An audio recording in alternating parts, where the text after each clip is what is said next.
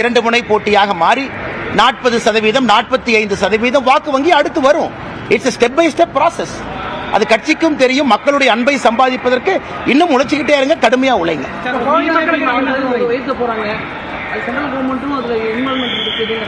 என்ன central government involvement? Jio issue பண்ண சொல்லுங்க. மாநில அரசு வெள்ளை அறிக்கை கொடுக்கட்டும். சென்ட்ரல் கவர்மெண்ட் எங்க கரண்ட் ஏத்த சொல்லி எப்ப சொன்னாங்க? அதுக்கப்புறம் நான் பதில் சொல்றேன். சும்மா உங்க பொய்ய பேசி தெரிஞ்ச எப்ப நான் பதில் சொல்றேன்? நாங்கள் உங்களுக்கு கடமைப்பட்டிருக்கின்றோம். ஒரு சரித்திரம் காணாத அளவுக்கு நம்பிக்கை வைத்து வாக்களிச்சிருக்கிறீங்க. ஆளும் கட்சி போட்ட எல்லா இடர்பாடுகளை தாண்டி வாக்களிச்சிருக்கிறீங்க. ஆளும் கட்சியினுடைய பணபலம் படைபலத்தை தாண்டி வாக்களிச்சிருக்கிறீங்க. இங்க இருக்கக்கூடிய எம்எல்ஏக்கள் யார் இருந்தும் கூட அதையும் தாண்டி வாக்களிச்சிருக்கிறீங்க. நீங்கள் பாரதிய ஜனதா கட்சியின் மீது வைத்திருக்கக்கூடிய நம்பிக்கை அதை காட்டுது. இந்த நம்பிக்கைக்கு எப்பொழுதும் நாங்கள் எங்களுடைய உழைப்பு என்பது இரட்டிப்பாக கோவை மக்கள், குறிப்பாக அவருடைய வளர்ச்சி, நாங்கள் சொல்லியிருக்கக்கூடிய செயல் திட்டங்கள் எல்லாம் கொண்டு வருகின்றோம். இந்த வாக்கு எங்களை உற்சாகப்படுத்தி ஊக்கப்படுத்தி இருக்கிறது. நாங்கள் சரியான பாதையில் தான் செல்லுகின்றோம் என்று தமிழக மக்கள், கோயம்புத்தூர் மக்கள் அந்த செய்தியை சொல்லியிருக்கின்றார்கள்.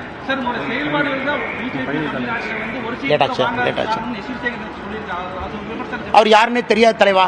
அவங்க சொல்லுவாங்க என்னுடைய செயல்பாடு தான் பாரதிய ஜனதா கட்சி இரட்டை இலக்குன்னு நான் சொல்றேன். நீங்க இல்லை, நீங்க சொல்லிக்கீங்க. எங்களுடைய செயல்பாடு தான் பாரதிய ஜனதா கட்சி 2வது இடத்துல 12 இடத்துக்கு வந்திருக்காங்கன்னு சொல்றேன். நீங்க இல்லைன்னு சொல்லுங்க. எங்களுடைய செயல்பாடு தான் அதிமுகவுடைய கோட்டையில ஜஸ்ட் டெபாசிட் வாங்கியிருக்காங்கன்னு நான் சொல்றேன். இல்லைன்னு சொல்லுங்க. எங்களுடைய செயல்பாடு தான் அதிமுக 3 இடத்துல டெபாசிட்டை இழந்திருக்காங்கன்னு நான் சொல்றேன் கோயம்புத்தூருக்குள்ள. இல்லைன்னு சொல்லுங்க. எங்களுடைய செயல்பாடு தான் தமிழகத்தில் அதிமுக நிராகரிக்கப்பட்டிருக்குன்னு நான் சொல்றேன். இல்லை நீங்க சொல்லுங்க. எங்களுடைய செயல்பாடு தான் தமிழகத்தில் பாரதிய ஜனதா கட்சி வேகமாக வளர்கின்ற கட்சின்னு மக்கள் சாட்சிப்படுத்தியிருக்காங்க. இல்லை நீங்க சொல்லுங்க. அதெல்லாம் பேசுவானே, நேற்று பிரஸ் மீட்ல பேசிருக்காங்க பாருங்க. வேற வச்சிருக்காங்க பெரிய ஃபேன் பேஸ் இருக்கிறவங்க ஒரு முக்கிய ஃபேக்டரா இருந்திருக்காங்க. 2026 நோக்கம் வச்சிருக்கீங்க. விஜய் கிட்ட அணுகிறதுக்கான வாய்ப்புகள் இருக்கு. பெரிய ஃபேக்டர் தான் இல்லைன்னு நான் சொல்லணும். யார் அரசியலுக்கு வந்தாலும் கூட மக்கள் புதியவர்களுக்கு தமிழகத்தில் எப்போ வாய்ப்பு கொடுப்பாங்க. 2026 பொறுத்தவரை கூட்டணி ஆட்சி. நான் சொல்றதை நீங்க எழுதி வச்சுக்கங்க. தமிழ்நாட்டில் இன்னைக்கு நிலைமையில எந்த கட்சியும் தனியாக இங்கே ஆட்சி அமைக்க முடியாது. இன்னும் 500-550 நாள் இருக்கு. நான் சொல்வதை எழுதி வைத்துக் கொள்ளுங்கள். 2026 தமிழக அரசியல்ல முதலாக ஒரு முழுமையான கூட்டணி ஆட்சியை நம்ம பார்க்கத்தான் போறோம். நான் பேசுறதை பார்த்து அப்படி தெரியுதானே?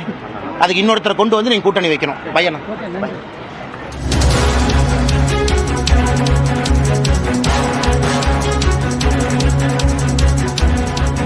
பாஜக மாநில தலைவர் அண்ணாமலை செய்தியாளர்களை சந்தித்த நேரலை காட்சிகளை பார்த்தோம். கோவை மக்கள் அதிமுகவை நிராகரித்து விட்டார்கள் என அண்ணாமலை கூறியிருக்கிறார். அதே நேரத்தில் அதிமுக சார்பில் முன்னாள் அமைச்சர் வேலுமணி அண்ணாமலை தொடர்பான விமர்சனங்களை முன்வைத்திருந்த நிலையில் அதிமுக பொதுச் செயலாளர் எடப்பாடி பழனிசாமிக்கும் வேலுமணிக்கும் இடையில் பிரச்சனையா என்றும் அண்ணாமலை கேள்வி எழுப்பியிருக்கிறார். அவர் செய்தியாளர்களை சந்தித்த அந்த காட்சிகளை மீண்டும் ஒரு முறை பார்க்கலாம்.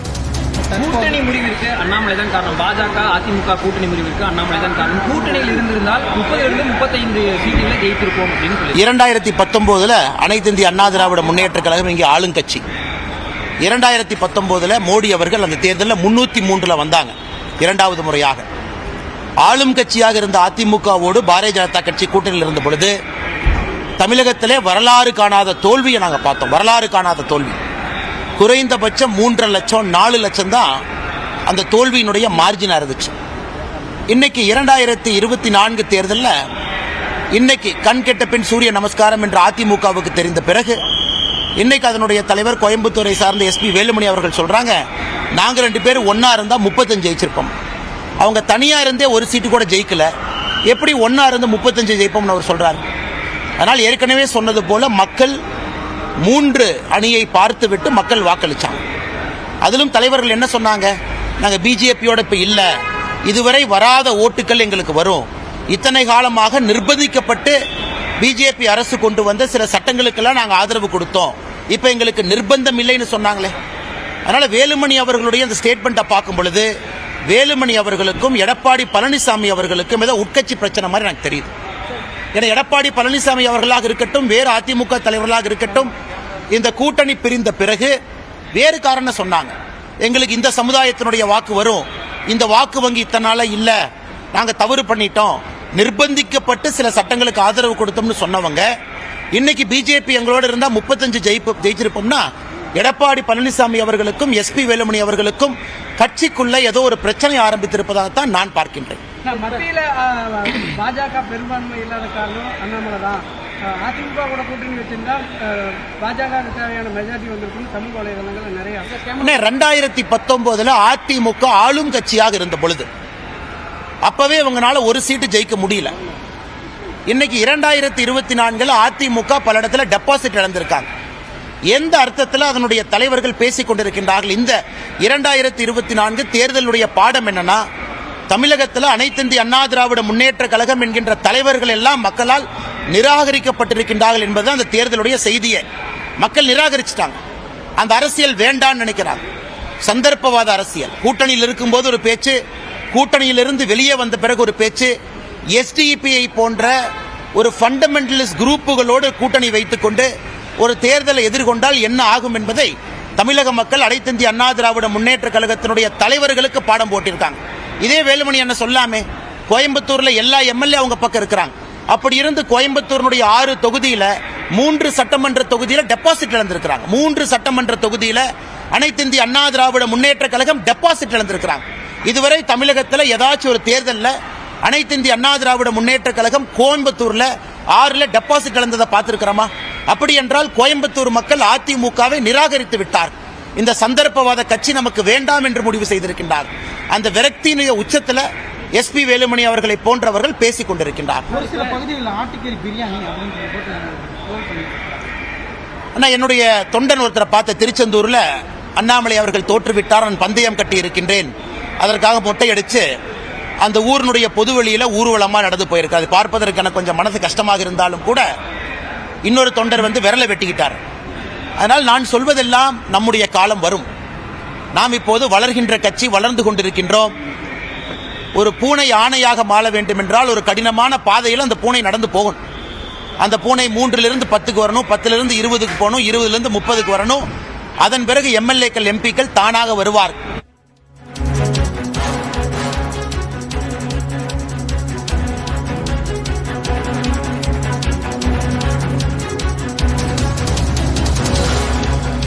கோவை விமான நிலையத்தில் பாஜக மாநில தலைவர் அண்ணாமலை செய்தியாளர்களை சந்தித்த அந்த காட்சிகளை பார்த்தோம். தொடர்ச்சியாக இது மேலதிக கருத்துக்களை நம்மோடு பகிர்ந்து கொள்வதற்காக தொலைபேசி வாயிலாக நம்மோடு இணைந்திருக்கிறார் பத்திரிகையாளர் திரு கார்த்திகேயன். கார்த்திகேயன் வணக்கம். அண்ணாமலை என்ன சொல்றாருன்னா, அதிமுகவில் எடப்பாடி பழனிசாமிக்கும் எஸ்பி வேலுமணிக்கும் இடையில ஏதோ பிரச்சனை இருக்கும் போல, அதனாலதான் அவர் வந்து பாஜக கூட்டணி முறிந்ததற்கு அண்ணாமலை தான் காரணம்னு சொல்றாரு அப்படிங்கிற ஒரு கருத்தை முன்வைக்கிறார். இது எப்படி புரிஞ்சுக்கலாம்? இல்ல, இந்த கருத்தை வந்து பரவலாக அண்ணாமலை தான் அதிமுக பாஜக கூட்டணி முறிவுக்கு காரணம்ன்ற கருத்தை பரவலாக அதிமுக எல்லோரும் சொன்னதுதான். அந்த கூட்டணி முறிவு சென்ற ஆண்டு ஏற்பட்டப்போ அந்த தீர்மானத்துல வந்து ஒரு பகுதியை வந்து வாசிச்சாங்க இல்லையா, வெளியில வந்து வாசித்தப்போ அண்ணாமலை தான் காரணம் தான் பிரதானமாக முன்வைக்கப்பட்ட காரணம். அதான் அதிகாரப்பூர்வமாக அவர்களால் சொல்லப்பட்ட காரணம். இந்த கூட்டத்தை கூட்டி முடிவெடுத்ததுக்கு அப்புறம், அந்த பொது மாவட்ட செயலாளர் கூட்டத்திற்கு அப்புறம் சொன்ன காரணமே அதுதானே. சோ அது ஒன்றும் புதிதாக எதுவும் சொல்லவில்லை. எஸ்பி வேலுமணி அவர்கள் சொன்ன கருத்து என்பது அண்ணாமலையால் தான் இந்த கூட்டணி உருவாகவில்லை என்ற கருத்து என்பது அவர் மீண்டும் அதை வலியுறுத்தி இருக்கார். ஆனால் இதுல ஒரு விஷயம் அம்பலப்பட்டிருக்கு. என்னன்னா, தேசிய கட்சிகளோடு கூட்டணி இல்லை, நாங்க அவர்கள் வந்து மாநில நலனுக்கு எதிராக இருக்கிறார்கள், ஆதரவாக இல்லை என்று அதிமுக வந்து பிரச்சாரத்தின் போது, தேர்தல் பிரச்சாரத்தின் போது முன்வைத்த வாதம் என்பது பொய் என்பது வந்து இதுல நிரூபணமாயிருக்கு. அவர்கள் வந்து பாஜகவோடு தனிப்பட்ட அண்ணாமலையோடு ஏற்பட்ட முரண் தான் வந்து தேர்தல் முறிவு, கூட்டணி முறிவுக்கு காரணம் என்பதை வெளிப்படையாக ஒப்புக்கொண்டுள்ளார்கள். ஆனால் அப்படி ஒருவேளை இல்லை, நாங்கள் வந்து மாநில நலன், சமூக நல்லிணக்கம், மத நல்லிணக்கம், அந்த காரணங்களுக்காக தான் கூட்டணி முறிவு என்று சொல்வார்களே. ஆனால் அப்படி திரு எஸ்பி வேலுமணி இன்று பேசியதை வந்து வைத்து பார்க்கும் பொழுது, அப்போ பாஜகவோடு தொடர்ந்து பயணிக்க வேண்டும் என்ற எண்ணம் வந்து எஸ்பி வேலுமணி போன்றவர்களுக்கு இன்னும் இருக்கிறது என்பதைத்தான் அது உறுதி செய்யுது. ஏன்னா ஆர்பி உதயகுமாரும் நேற்று ஒரு நாவடக்கம் இருந்திருந்தால் வந்து அதிமுக பாஜக கூட்டணி தொடர்ந்திருக்கும், சில தொகுதிகளில் பல தொகுதிகளில் வெற்றி பெற்றிருக்கலாம் என்று அவர் சொன்னார். இன்று எஸ்பி வேலுமணியும் அதே போன்ற ஒரு கருத்தை தான் வந்து முன்வைக்கிறார். அப்படின்னா அப்ப பாஜகவோடு பயணிப்பதில் வந்து அதிமுகவிற்கு எந்த ஒரு முரணும் கிடையாது என்பதைத்தான் இருவருமே வெளிப்படுத்துறாங்க. இதுவரை வந்து திரு எடப்பாடி பழனிசாமி அதை வெளிப்படையாக சொல்லாததனால் நமக்கு தெரியவில்லை. ஒருவேளை எடப்பாடி பழனிசாமி அவர்களும் இந்த கருத்தில் தான் இருக்கிறாரா? அதிமுக வந்து மீண்டும் பாஜகவோடு இப்பொழுது ஆட்சி அமைப்பதாக தெரிய போகுது இப்போ திரு மோடி அவர்கள் தலைமையில. அப்ப அந்த அரசோடு வந்து அரசு இல்லாட்டும் பாஜகவோடு உறவை வந்து புதுப்பிப்பதற்கு தயாராக இருக்கிறார்கள் என்பதோடைய சமிங்கை அது என்பதை நாம் புரிந்து கொள்ள வேண்டும். ஏன்னா அதற்கு முதலில் வந்து திரு எடப்பாடி பழனிசாமி தெளிவுபடுத்த வேண்டும். அவர்களுக்கு முரண் என்பது திரு அண்ணாமலை மட்டும்தான் அப்படின்னு சொல்லி அதை வந்து அவர் வெளிப்படையாக கட்சி தலைமையின் சார்பாக நமக்கு தெரியப்படுத்தினால் நமக்கு இன்னும் வசதியாக இருக்கும். ஆனால் அண்ணாமலை வந்து இதை பயன்படுத்தி கொண்டு திரு SP வேலுமணி அவர்களை வந்து பயன்படுத்தி RB உதயகுமாரை பயன்படுத்தி திரு EPS அவர்களை தனிமைப்படுத்தும் முயற்சியில் சொல்றாரு. ஏன்னா அவர் பிரச்சார கூட்டத்திலேயே வந்து தேனியில் பேசும்பொழுதும் சரி, பாராளுமன்ற தேர்தல் பிரச்சார கூட்டத்தில் சொன்னாரு, ஜூன் 4க்கு பிறகு அதிமுக OPS வசமோ இல்ல TTV வசம் இவர்கள் உள்ளடக்கிய இவர்கள் தலைமையோட அதிமுக கைமாறுன்றதையெல்லாம் அப்பொழுது சூசகமாக சொல்லி இருந்தார். அப்ப அந்த கருத்தை தான் இப்போ எழுதுவரிக்கிறார். ஒருவேளை அதனுடைய விளைவாகத்தான் இப்பொழுது வந்து இந்த கருத்தை வலியுறுத்துறார் நினைக்கிறேன் திரு அண்ணாமலை அவர்கள். SP வேலுமணி அவர்களும் அதை ஒற்ற கருத்தில் தான் இருக்கிறார்கள். பாஜகவோடு வருவதில் வந்து அவருக்கு வந்து மாற்று கருத்து இல்லை. உதயகுமாரும் இதே கருத்தை வலியுறுத்தும் பொழுது அப்போ EPS அவர்களை தனிமைப்படுத்துவதற்கு ஒரு முயற்சி எடுத்து பார்க்கிறார் திரு அண்ணாமலை அவர்கள் அப்படின்றதான் புரிஞ்சுக்கிறது. ஏன்னா திரு அண்ணாமலை அவர்களுக்கும் EPS அவர்களுக்கும் ஒரே பகுதியை சேர்ந்தவர்கள், ஒரே சமூகத்தை சேர்ந்தவர்கள், அவர்களுக்கு இருக்கக்கூடிய அரசியல் மாற்று கருத்து என்பது வந்து யார் வந்து அந்த பகுதியில் செல்வாக்காக இருப்பார்கள் என்பது அதுவே வந்து ஒரு பெரிய பேசுபொருளாக வந்து பேசப்பட்டது அந்த பிரச்சாரத்தின் போதெல்லாம், அதற்கு இந்த பாராளுமன்ற தேர்தலுக்கு முன்பு.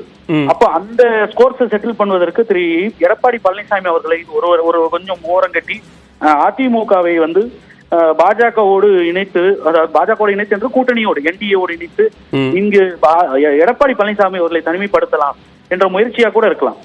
அந்த பாணியில் கூட திரு SP வேலுமணிக்கா பேச்சை வந்து இவருடைய வசதிக்கு ஏற்றவாறு திரு அண்ணாமலை அவர்கள் இன்டர்பிரட் செய்திருக்கலாம். அப்படிதான் நம்ம பார்க்க முடியும். மிக்க நன்றி கார்த்திகேயன். இணைப்பில் வந்து உங்களுடைய கருத்துக்களை எங்களோடு பகிர்ந்து கொண்டமைக்கு மிக்க நன்றி.